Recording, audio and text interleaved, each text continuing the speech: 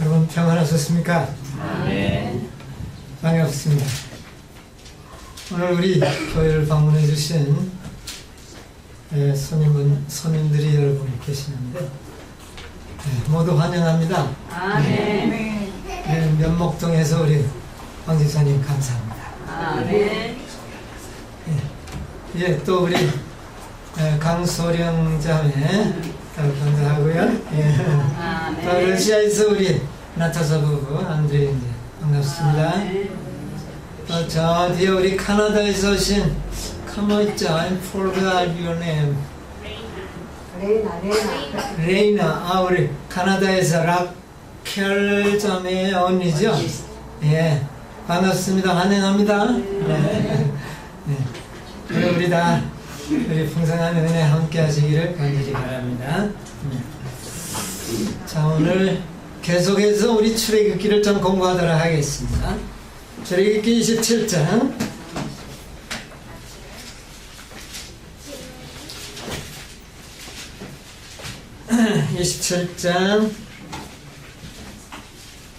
1절로부터 있는 말씀은 제가 읽도록 하겠습니다.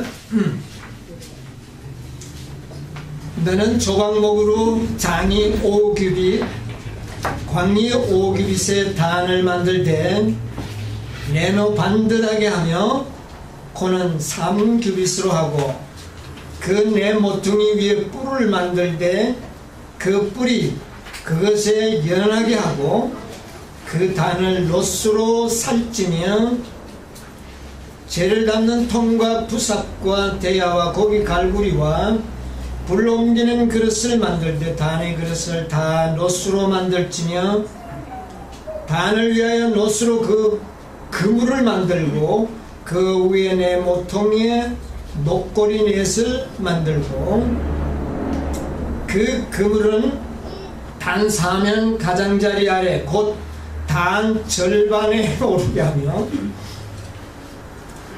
또 그 단을 위하여 채를 만들 때 조각목으로 만들고 노수로 살찌며 단 양평 고리에 그 채를 깨어 단을 매게 할지며 단은 널판으로 비게 만들 때 산에서 내게 보인 대로 그들이 만들지니라. 8절까지 있는 말씀입니다.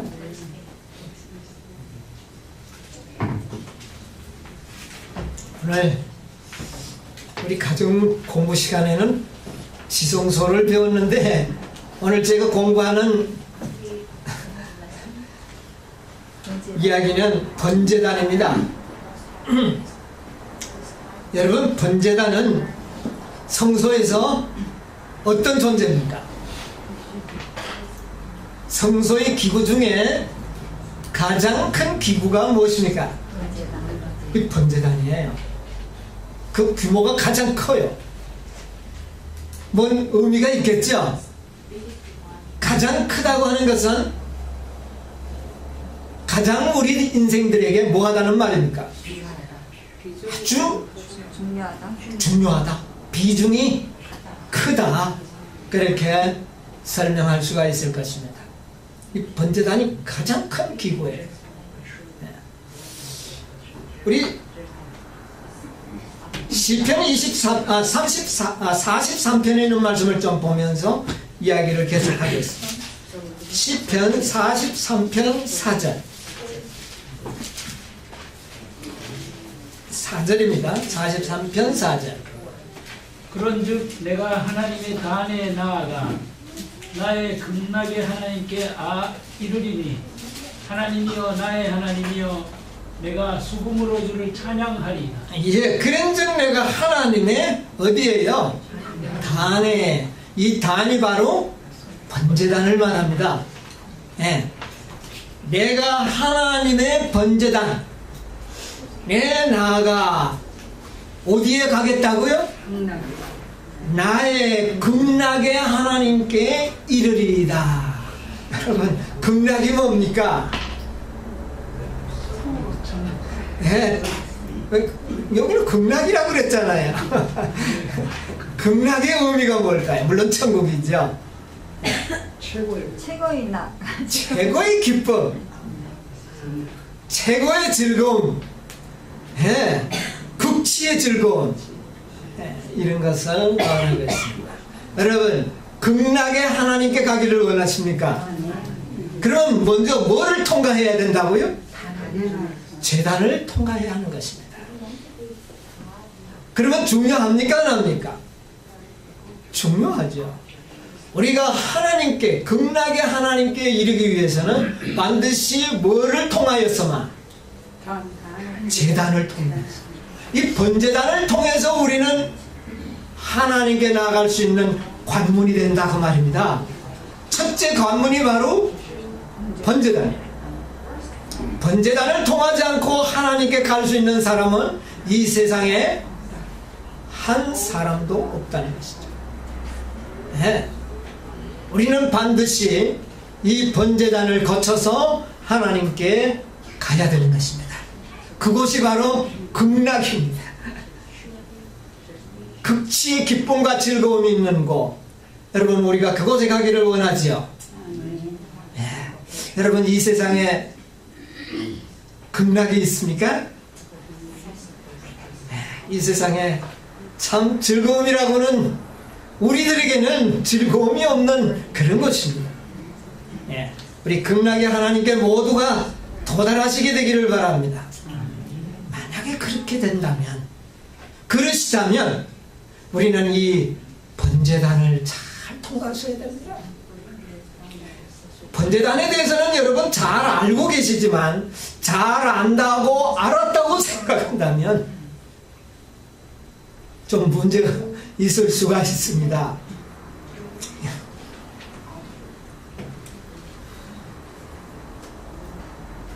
우리는 이 번제단의 의미를 좀 더 많이 연구하셔야 됩니다. 여러분, 이 번제단이 가장 크고 가장 무겁고 가장 성소의 뜰의 중심에 놓여 있다고 하는 것은 여러분이 우리가 이것을 아무리 연구해도 다함이 없는 연구의 주제가 되는 것입니다. 여러분, 우리가 하늘에 가면 십자가를 연구합니까? 안 합니까?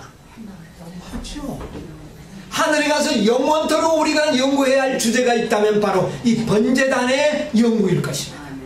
번제단이 바로 뭐를 상징하기 때문에? 그리스도의 십자가. 양이 죽었던 장소가 바로 어디예요?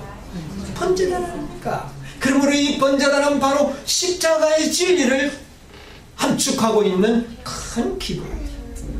그러므로 여러분이 이 진리를 그거 뭐 믿으면 구원 얻는다는 그 진리지 이렇게 생각하면 안 됩니다.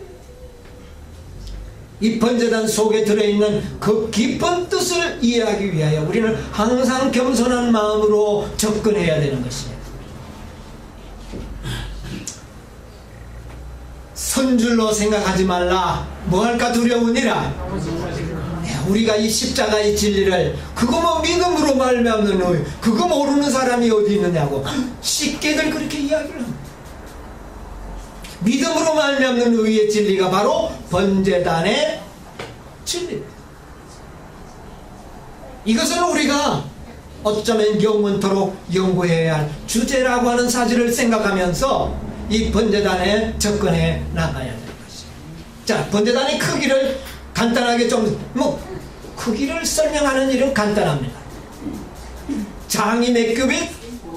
5규빗. 광은 5규빗.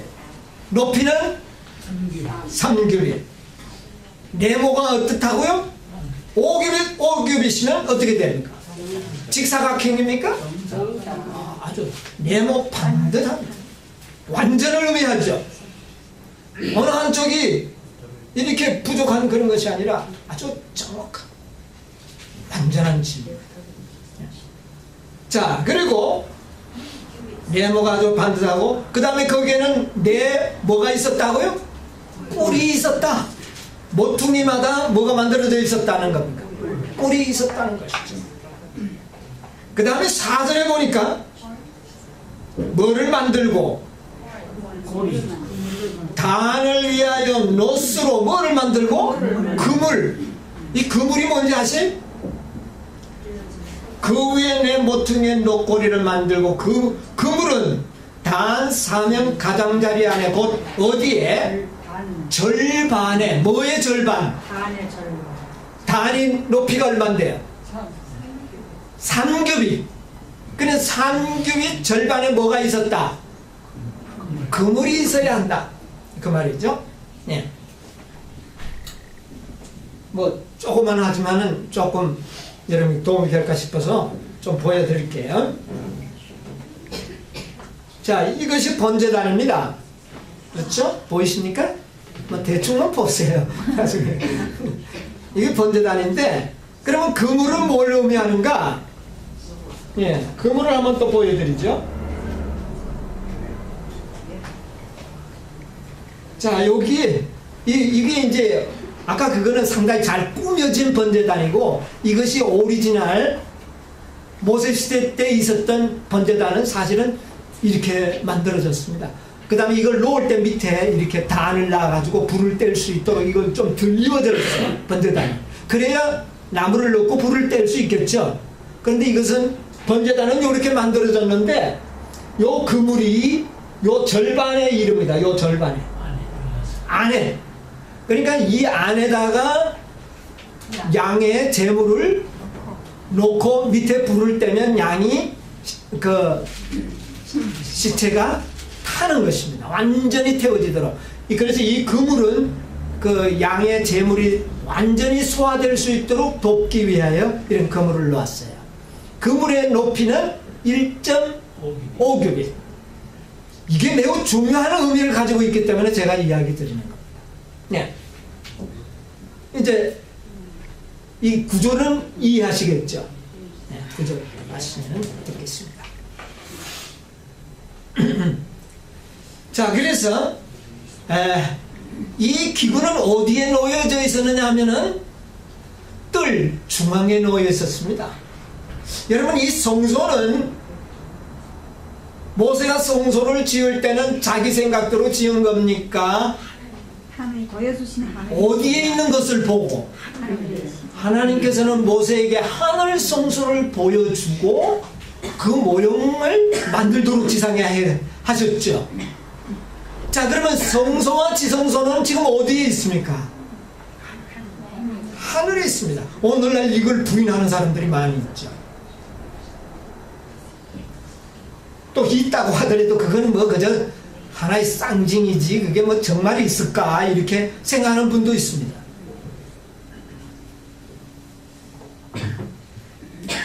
자, 그러면 성소와 지성소는 하늘에 있다면 뜰은 어디에 있습니까? 예수님이 죽으신 장소가 번제단이라면 예수님은 어디에서 돌아가셨습니까? 세상에서 돌아가셨죠. 그러므로 이 세상이 뭐예요? 돌입니다. 이제 이해하시겠죠? 그러니까 성소는 하늘과 땅을 이어주는 놀라운 구속의 사닥다리입니다. 야곱이 잠잘 때에 꿈속에서 땅에 닿아서 어디까지 이르는? 하늘에까지 이르는 뭐를 봤어요? 사닥다리. 그 사닥다리에 땅에 닿는 다리 첫 단이 뭐냐면 번제단이라고 합니다. 최후의 단은 바로 지성소, 하늘의 보좌가 있는 그곳에까지. 그래서 그 첫 계단이 바로 번제단이라는 것이죠. 의미가 깊죠? 예. 이런 사실을 우리는 분명히 알고 접근해야 합니다. 그래서 이 뜰의 진리는 하나님이 세상을 이처럼 사랑하사 누구를 주셨으니? 독생자를 주셨으니 이는 저를 믿는 자마다 멸망치 않고 영생을 얻으리라 하는 그 진리를 가르치는 것입니다. 번제단. 여러분, 이 번제단은요, 이 성소가 발전되기 전까지 모세가 시내산에서 성소의 빛을 받기 전까지는 이 지상에는 뭐밖에 없었습니까? 번제단밖에 없었어요. 제단밖에 없었습니다. 아담이, 아벨이, 또 노아, 에녹이 단을 쌓을 때 그것이 바로 제단이에요. 번제단을 상징하는 거죠. 이 지상에 그러니까 제일 최초로 전해진 기별이 무슨 기별입니까? 번제단의 기별입니다. 마지막으로 전해지는 기별이 뭡니까? 지성소의 기별이죠. 오늘날 우리가 받고 있는 지성소의 기별. 그런데 하나님께서는 우리가 성소를 짓는 그 기구를 만들도록 하는 순서를 이렇게 보면 제일 먼저 만들도록 하는 게 뭐였죠? 법궤. 그 다음에는요? 그 다음에 뭐였어요? 덕상. 예. 자, 지금까지 배웠던 진리가 뭐 배웠습니까? 법궤 배웠고요. 법궤와 함께 있는 속죄소 배우고, 그 다음에 떡상 배우고, 촛대 배우고, 지붕 배우고, 그 다음에 널판 배우고, 그 다음에 만들도록 지시한 것이 번제단입니다. 그러니까 몇 가지를 만든 다음에는 이것은 그 순서는 우리가 오늘날 이 시대에 우리가 배워야 할 그리스도의 최종적인 구속의 최종 목적을 쉽게 우리에게 이해하면서 그 중요성에 따라서 이렇게 가르쳐 주는데, 사실은 늦게 한다고 중요하지 않다는 것이 아닙니다. 사실은 번제단이 우리에게는 제일 중요하고 첫 번째지만, 이 첫 번째는 무엇을 위하여 존재하는 겁니까? 마지막 우리로 하여금 하나님의 형상을 회복하는 거기에 최종적인 목적이 있다는 겁니다. 그래서 우리가 하나님의 구속의 섭리를 잘 이해하면서 예수를 믿어야 돼요. 많은 사람은 그걸 믿고 구원만 받으면 되지 뭐 다른 진리 소용없다고 그렇게 생각하죠. 그러나 성경은 그렇지가 않아요. 우리가 예수를 믿고 구원을 얻는 최종적인 목적이 무엇입니까? 하나님이 우리를 구원하신 최종적인 목적이 뭐예요? 죄인 그대로 그냥 영원토록 사는 것이 목적입니까? 아니에요. 결국은 우리가 누구처럼 하나님의 형상을 뭐하는 것이죠? 회복하는 것입니다. 우리가 창조함을 받을 때 누구의 형상으로? 하나님의 형상으로. 그런데 그 형상을 우리는 다 소멸시켜버렸습니다. 그것을 다시 회복하는 것이 목적이라는 거예요. 그 목적을 먼저 가르쳐 주시고 난 다음에 그 목적을 어떻게 달성할 수 있는지를 이제 하나하나 열어 보여주는 것입니다. 그런데 그 목적을 달성하기 위해서 가장 중요한 것이 뭡니까? 오늘 우리가 배우는 번제단. 구원은 물론이고, 우리가 하나님의 최종적인 목적은 우리가 그리스도와 같이 신성에 뭐하는 것이죠? 참여하는 것이다. 이 목적의식이 없으면 우리의 믿음은 뜨뜻 미전해지는 것입니다. 결국은 뭐를 잃어버리는 것이에요? 영생을 잃어버리는 것입니다. 그러므로 우리는 믿음으로 구원했지만 우리의 목표를 분명하게 이해를 하고, 그렇게 가기 위해서는 어떤 계단을 거쳐서 하나님께 나가는지를, 우리의 품성이 변화되는지를 아셔야 된다는 거예요. 창세기 3장 15절에 보면 아담이 범죄하자마자 나타나는 진리가 있었습니다. 뭡니까? 뱀과 여인의 후손의 놀라운 싸움을 이야기했죠. 자, 뱀의 후손은 여인의 후손에 뭐를 상하게 하고? 발꿈치를 상하게 하고, 여인의 후손은 뱀의 머리를 부숴버릴 것이다. 그 여인의 후손이 누굽니까? 예수 그리스도죠. 예수 그리스도의 발꿈치를 상한다는 말의 의미가 뭡니까? 십자가에 돌아가시는 사건을 그렇게 표현한 것이죠. 이게 바로 번제단입니다. 네. 창세기 3장 21절에는 어떤 기록이 나옵니까? 네? 여호와 하나님이 아담과 하와를 위하여 뭐를 만들어서? 가죽옷을 지어 입히시니라.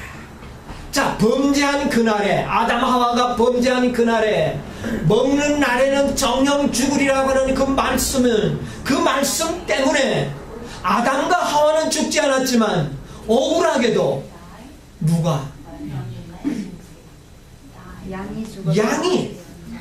양은 결코 아담의 범죄와 전혀 관계없는 양이 그날 어떻게 했습니까? 죽었습니다. 왜 죽었습니까? 아담과 하와의 옷을 만들어주기 위해서. 그 옷이 어떤 옷이에요? 믿음으로 말미암는 의의 옷입니다. 우리를 의롭다고 하시기 위하여 우리 하나님의 아들을 상징하는 양이 그날 누구 대신에? 아담과 하와야 대신에 바로 범죄하는 그날 죽은 것입니다. 그날 그 양이 죽지 않았다면 누가 죽었을까요? 아담 하와가 죽어야 합니다. 이 진리를 가르쳐 주는 거예요. 그래서 이것이 바로 번제단의 진리입니다. 여러분, 오늘날 이 세상의 모든 사람들이 살아있는, 죄를 짓고 있으면서도 살아있는 이유가 바로 무슨 진리 때문에? 이 번제단의 진리 때문에 살아가고 있는 것입니다. 만약에 번제단의 진리와 번제단의 그리스도의 피의 효험이 없었다면 범죄한 영혼은 그날 정령 어떻게 될까요? 죽게 되는 것이죠. 여러분이 오늘날 우리가 살아있는 이 자체가 하나님의 은혜요, 십자가의 은혜임을 잊지 말아요.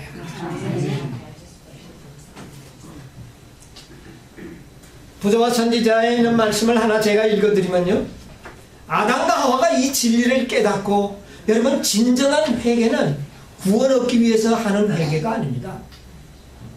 그런 회개는요 그렇게 가치 있는 회개가 아니에요. 구원 얻기 위한 회개가 아닌 그보다 더 깊은 회개가 필요합니다. 그게 어떤 회개냐? 자, 보세요. 아담이 범죄하고 난 다음에 하나님의 아들이 아담 하와를 찾아오셨어요. 이렇게 기록이 되어 있습니다.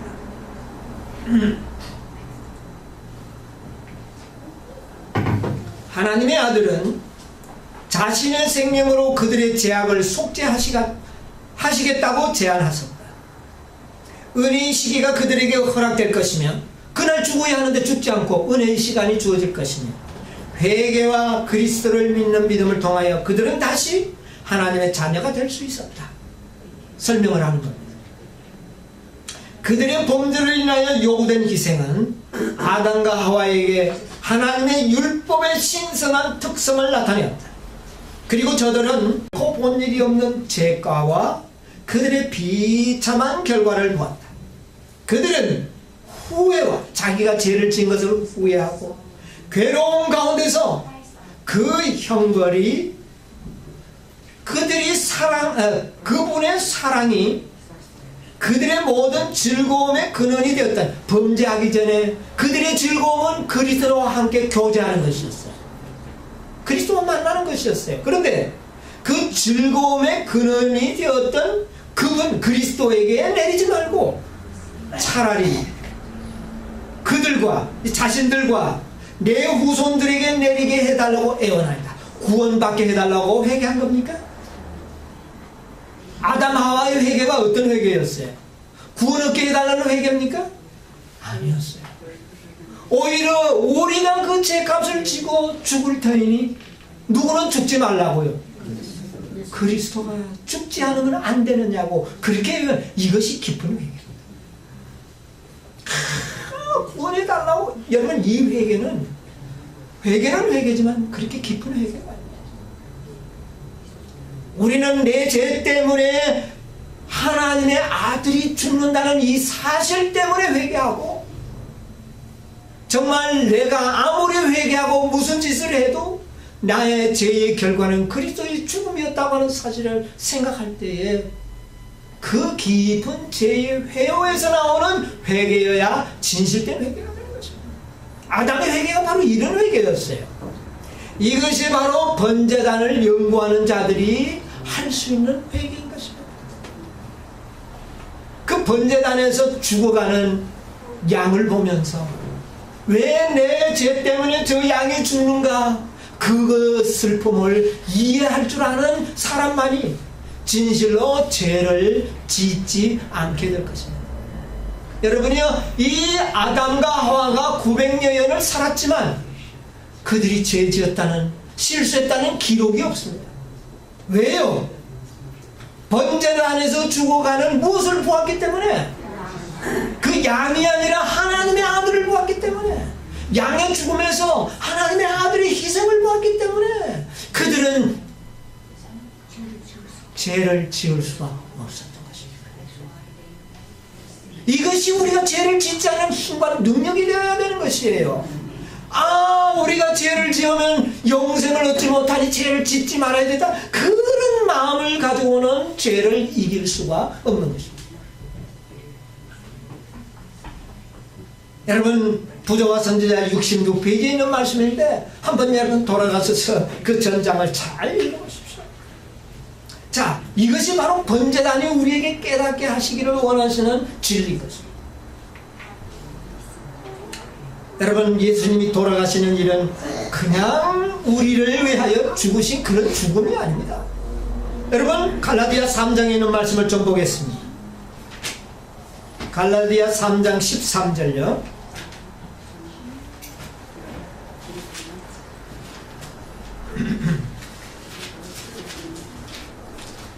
그리스도께서 우리를 위하여 저주를 받은 바 되사 율법의 저주에서 우리를 속량하셨으니.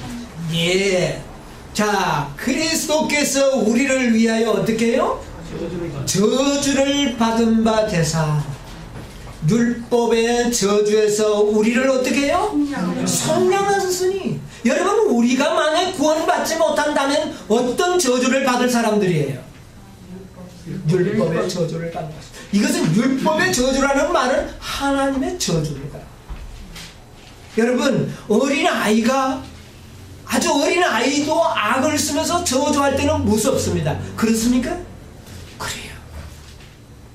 하물며 하나님의 저주하신다면 얼마나 두렵겠습니까? 그냥 화내는 것이 아닙니다. 저주하시는 것으로 표현을 하셨어요. 그 무서운 저주를 누가 받으셨다고요? 그리스도께서 받으시고 우리로 하여금 그 저주에서 우리를 속량하여 주셔. 이 번제단의 진리가 여기에 들어있는 것입니다. 여러분요, 우리는 이 세상에 살아갈 때 간혹 사람들에게 욕을 얻어먹을 수는 있지만 저주를 받는 일은 거의 없습니다. 그런데 예수님은 무엇을 받았다고요? 저주를 받았습니다. 누구의 저주를 받았어요? 여러분, 제일 첫째 누가 저주했습니까? 로마인들이 그를 저주했습니다. 바리새인들과 서기관들과 유대인들이 그를 어떻게 했습니까? 저주했습니다. 또 누가 저주했습니까? 베드로도 나중에 뭐하여 가로되 저주했습니다. 예수님은 이 땅에 오셔서 모든 인생들을 대표하는, 이방인을 대표하는 로마인과 믿는다고 주장하는 이스라엘 백성들과 제자를 대표하는 베드로에게 뭐를 받았습니까? 저주를 받았습니다. 심지어 누구에게까지? 아버지로부터 저주를 받았습니다. 모든 저주란 저주는 그분이 다 받으셔서 그의 심장이 파열되는 고통을 경험하신 것인데, 그것이 바로 나의 죄가 그렇게 했다. 이것을 우리는 깊이 생각해야 되는 것입니다. 여러분, 이것이 우리를 구원하는 유일의 길이었기 때문에 예수님께서는 그 무서운 저주를 다 받으시고, 감당할 수 없어서 나의 아버지 그렇게 애처롭게 기도하신 이유가 그 저주의 고통이었다고 하는 사실입니다.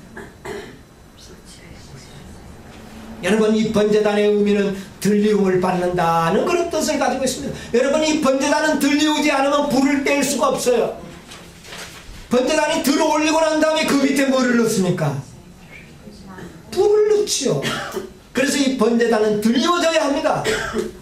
내가 땅에서 들리면 모든 사람들을 나에게로 어떻게 해야 하느냐? 이끌겠노라. 여러분, 이 진리가 이 번제단에 있는 것입니다.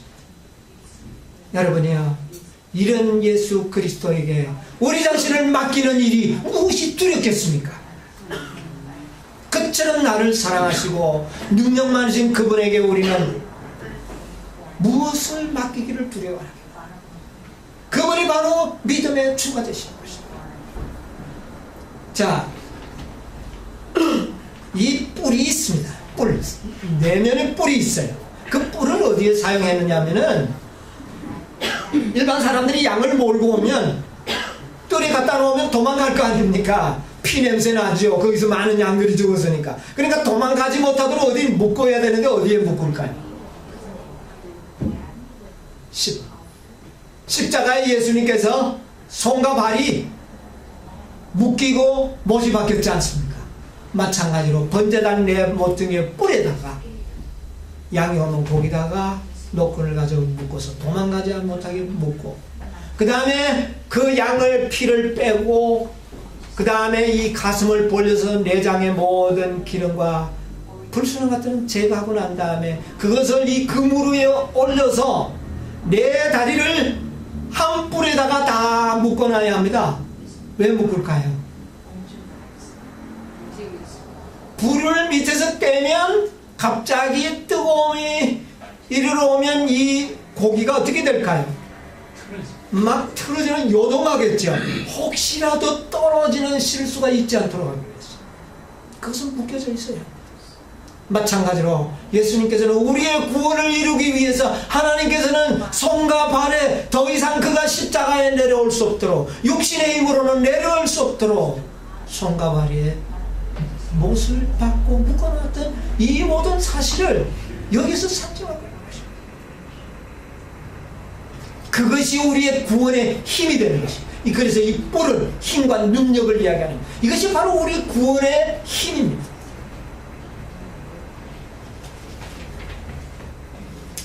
여러분, 우리가 하나님의 모든 백성들이 하나님과 만날 때마다 뭐를 드리느냐 하면은 제단에서 제물을 바쳤습니다.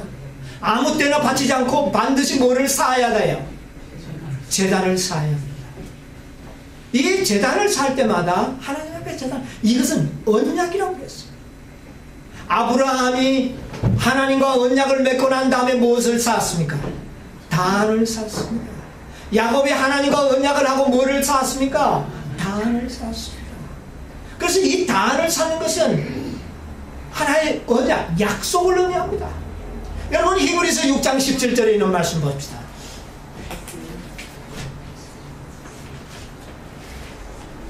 히브리서 6장 17절. 하나님은 약속을 기업으로 받는 자들에게 그 뜻이 변치 아니함을 어떻게 해요?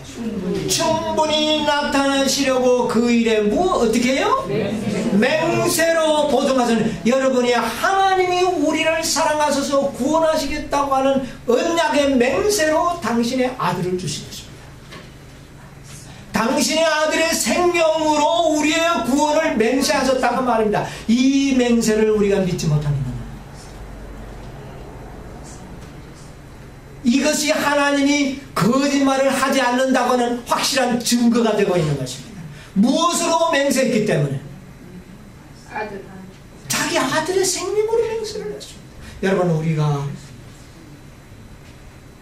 약속을 단단히 하면 좀 믿을 수 있죠. 그런데 뭐 하면 더 믿을 수 있습니까? 아무리 거짓말쟁이라도 맹세하면 한 번 더 믿어줍니다.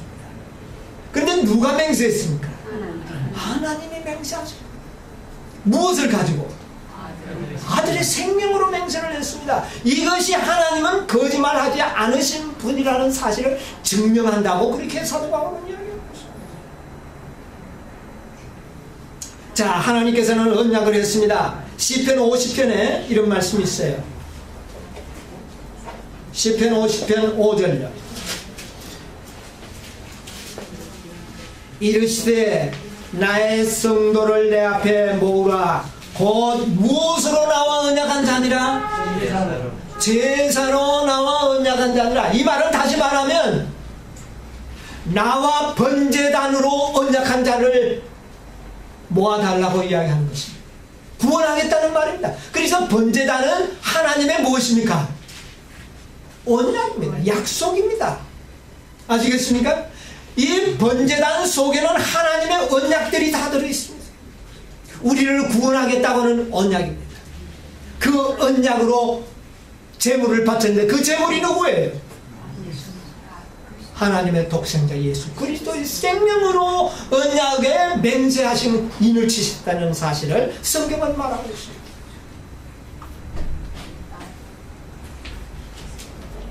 여러분, 이 번제단은 그러므로 믿는 자에게, 하나님의 약속을 믿는 자에게 구원을 뭐 하신 것입니까? 언약하셨고 맹세하신 표정이라고 합니다. 그러면 그것만 했느냐 그 말입니다.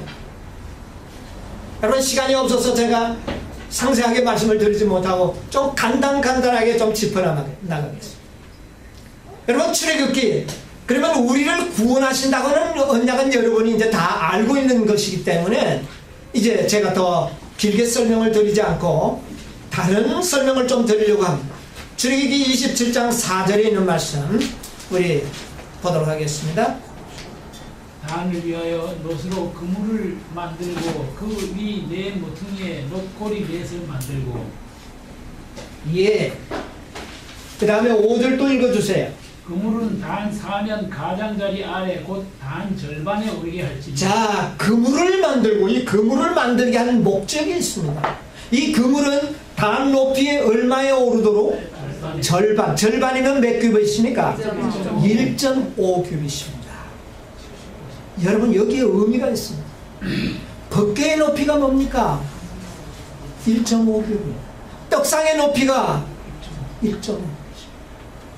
이 번제단에는 하나님의 형상에 이르도록 하겠다고는 약속이 들어있는데 그것이 바로 그물의 높이입니다. 이 그물을 위에 제물이 얹혀졌습는 그러므로 이 제물은 우리를 번제단에서만 만족하는 것이 아니라 우리를 법궤에는 하나님의 뭐가 있는 곳입니까? 품성이 나타나는 쉐키나가 있는 것입니다. 우리로 하여금 이 번제단을 제대로 경험하는 자에게는 어디에까지 이르도록, 하나님의 영광에 이르도록 해주겠다고는 언약이 들어있다고 말입니다. 그 언약을 표시하기 위해서 높이를 반드시 얼마 하도록? 1.5. 떡상의 높이도 여러분, 말씀을 믿는 자에게는 하나님의 품성이 회복될 것을 약속하는 것입니다. 그것은 방법이지만 여기는 약속입니다. 우리가 이 약속을 믿고 떡상의 말씀을 먹는 자는 반드시 어디에 도달할 수 있을까요? 하나님의 신성의 성품에 참여하는 자가 될 수 있다는 언약이 바로 이 번제단에 들어있다고 하는 사실입니다. 여러분, 이 번제단 속에는 모든 언약들이 다 들어있습니다. 그러므로 번제단을 연구해야 되는 것이에요. 네. 자, 그 다음에 출애굽기 27장 6절에 있는 말씀 보겠습니다. 6절에 또 그 단을 위하여 채를 만들 때 조각목으로 어떻게 해요? 만들고. 자, 이 번제단은 무엇으로 만들어졌습니까? 조각목으로 만들어졌습니다. 만약에 이것이 전 놋쇠로 만들었다면 누가 들고 다니겠습니까? 그렇죠? 그러므로 감당치 못할 시험을 우리에게 주시지 않을 것입니다. 조각목으로 만들고 그 안과 바깥을 무엇으로 둘러쌌습니까? 놋쇠로 둘러쌌습니다. 이 놋쇠는 대단한 의미를 가지고 있어요. 능력과 신성의 능력을 상징하고 그 다음에 인내를 포함하고 있습니다. 이 놋쇠는 불에 가장 잘 견디는 쇠붙입니다. 여러분, 이건 실례를 하나 드리겠는데 영국 서방서에서 이 놋쇠에 대해서 성경을 통하여 연구를 좀 했습니다.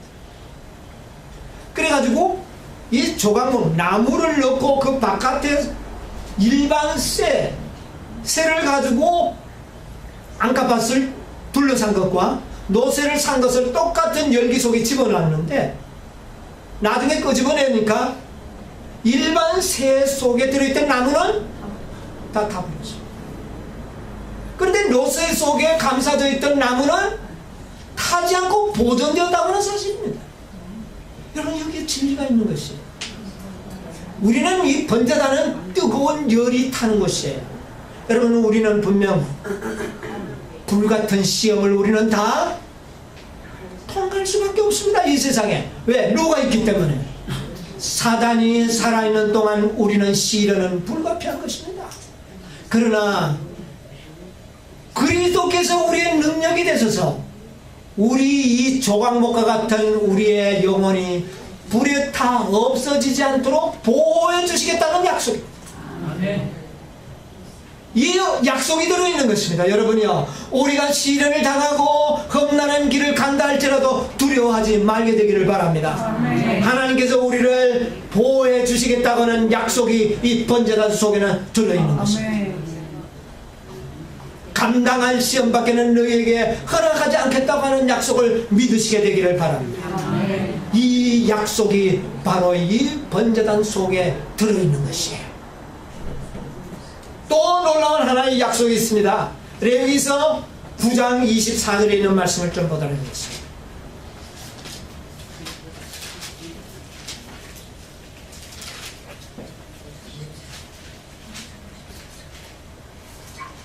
또 화목제를 위하여 여호와 앞에 드릴 수소와 수양을 취하고 또 기름 섞은 소제물을 가져오라 하라. 오늘 여호와께서 너희에게 나타나실 것임이니라 하며. 가만히 있자. 제가 성경절을 잘못 제가 좀 기록을 해온 것 같으네요.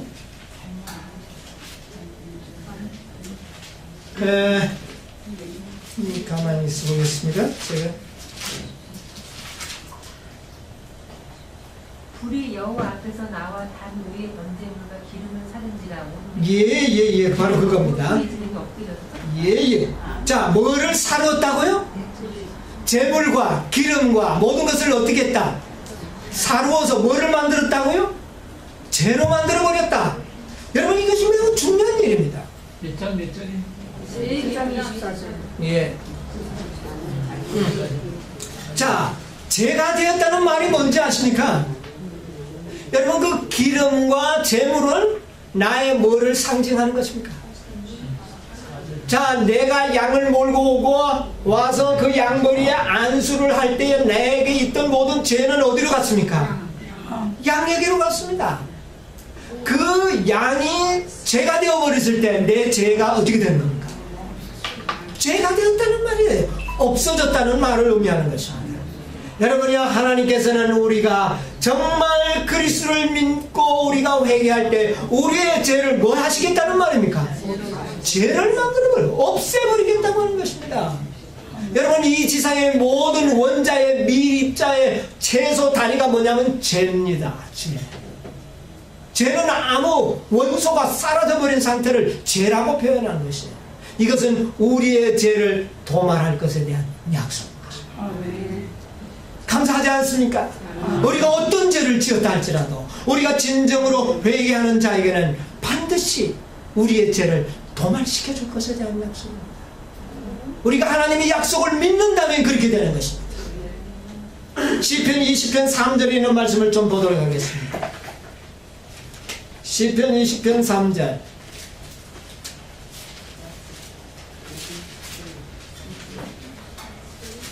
내 모든 소재를 기억하시며 내 번제를 받으시기를 원하노라. 예, 여기 보면 내 모든 소재를 기억하시며 내 번제를 받으시기를 원하노라 그랬는데, 킹제임스 성경에 보면 내 소재를 기억하시고 내 죄가 되기를 원하노라 그렇게 이야기했어요. 죄가 되기를 원한다. 여러분이 우리의 죄가 되기를 원하십니까? 아멘. 번제단에서 우리의 모든 죄가 뭐가 될 것입니까? 죄가 될 것입니다. 이 약속을 우리에게 주신 것입니다. 아멘. 놀라운 약속 아닙니까? 자, 그 다음에 또 하나의 약속을, 언약을 보도록 하겠습니다. 레위기서 1장에 있는 말씀 보겠습니다. 레위기서 1장 16절.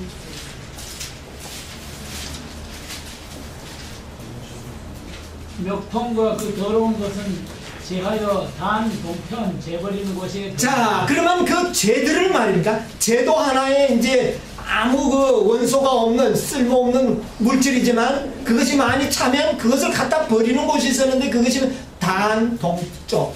그러니까 번제단의 동쪽에다가 죄를 어떻게 했다고요? 버렸다 그 말입니다. 동쪽에다가 죄를 버렸어요. 자, 이 방향을 잘 기억하시기 바랍니다. 그 다음에 역대하 5장 역대하 5장 24절로